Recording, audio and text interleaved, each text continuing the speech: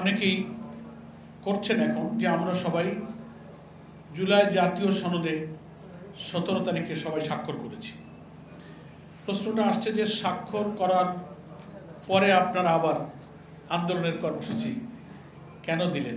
প্রশ্নটা আপনারা করেননি, কিন্তু প্রশ্ন অনেকেই করেন এবং একটা জিজ্ঞাসা মানুষের।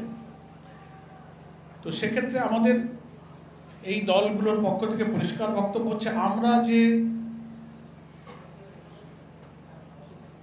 জুলাই সনদে স্বাক্ষর করেছি এটা জুলাই চার্টারের যে সমস্ত সংস্কারমূলক প্রস্তাবে আমরা সবাই একমত হয়েছি, স্বাক্ষরের মধ্য দিয়ে সেই সংস্কার প্রস্তাবের ব্যাপারে আমাদের একমত প্রকাশ করেছি।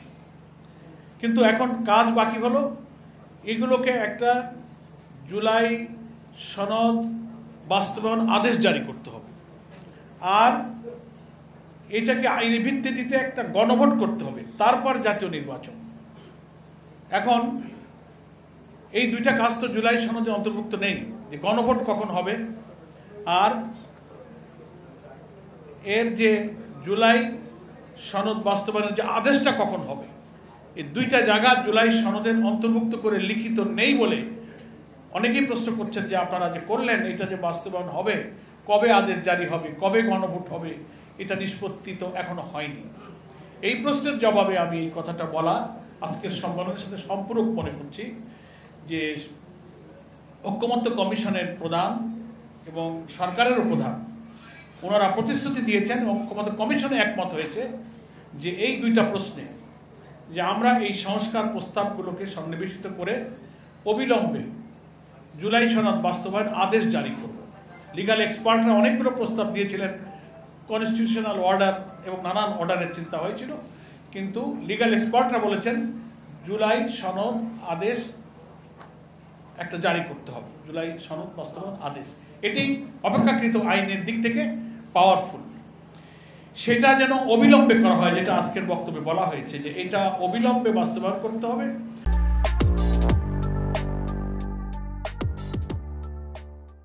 এবং নভেম্বরের মধ্যে গণভোট দিয়ে এটার আইনি ভিত্তি দিতে হবে, তারপর জাতীয় নির্বাচন করতে হবে। কেউ কেউ একই দিনে গণভোটের প্রস্তাব দেওয়ায় আমরা এটার সাথে দ্বিমত করেছি। অনেক জটিলতা আছে।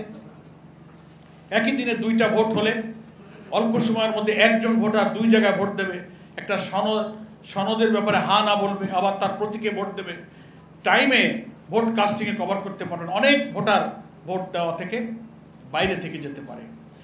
দ্বিতীয় প্রবলেম হতে পারে যে বাংলাদেশে কেয়ারটেকার হোক আর যতই সুষ্ঠু পরিবেশে নির্বাচনের চেষ্টা করা হোক, ইতিহাস বলে যে একটা বড় নির্বাচনে কোনো কোনো ভোট কেন্দ্রে ছোটখাটো কিছু দুর্ঘটনা, সহিংসতা, হানাহানি, মারামারি, আহত, দু চারটা কেন্দ্রে ভোট বন্ধের ঘটনা কিন্তু ঘটেছে সব নির্বাচনে। যদি এই নির্বাচনে এমন কোনো ঘটনা ঘটে যে 5টা কেন্দ্রে ভোট বন্ধ হয়ে গেল, তাহলে সেটা তো জাতীয় নির্বাচনের কেন্দ্রের ভোট বন্ধ হলো, তাহলে গণভোটের কেন্দ্রের কি দশা হবে, ওই ভোটের কি করে গণনা হবে, ওই ভোটটা কি করে কাউন্টিং হবে, এতে কোনো ফলাফল হতে পারবে না। আর একটা বড় প্রবলেম হচ্ছে যে জুলাই সনদে যেসব সংস্কার প্রস্তাব যাচ্ছে, একজন ভোটার যদি বুঝতে না পারে যে কোনটা হা হলো, হা জিতলো না না জিতলো, কোন কোন সংস্কারে জাতি হা বললো, এটা তো ভোটারকে আগে বুঝতে হবে, তারপরে না ভোট দিতে হবে। তো একই দিনে যদি জাতীয় নির্বাচন হয় আর গণভোটও হয়, তো ফলাফল সে না জেনেই কিন্তু জাতীয় নির্বাচনে ভোটটা দিয়ে দিল। এই কারণেও আমরা বলেছি যে না, এটা একই দিনে ভোট হলে জাতির ধূম্রজালের মধ্যে থাকবে, কনফিউশন থাকবে, আগে এই গণভোটটা করতে হবে। আপনারা প্রশ্ন করতে পারেন, সে কারণে এই 3টা জিনিস একটু আমরা ক্লিয়ার করলাম যে আমরা একই দিনে কেন গণভোটে রাজি নই। এবং আন্দোলনের এই কারণেই যে আমরা আমাদের আন্দোলনটা হবে নিয়মতান্ত্রিক, গঠনমূলক, কোনো সহিংসতা, কোনো হাঙ্গামা ভাঙচুরের সেই আগের সন্ত্রাসী রেওয়াজের কোনো আন্দোলন আমাদের এই সমমনা দলের আন্দোলন নয়। আমরা নিয়মতান্ত্রিকভাবে সরকারকে, জনগণকে, দেশবাসীকে, প্রশাসনকে, ঐক্যমত্য কমিশনকে আমরা মেসেজ দিতে চাই যে আমাদের এই দাবি ন্যায্য, এটা আপনাদের মানতে হবে। একটা হচ্ছে আদেশ দ্রুত জারি করুন, গণভোটের ব্যবস্থা করুন নভেম্বরে, এটাই আমাদের দাবি। তাহলে আমরা জাতীয় নির্বাচনে ইনশাল্লাহ সুষ্ঠু নিরপেক্ষভাবে অংশগ্রহণ করতে পারবো।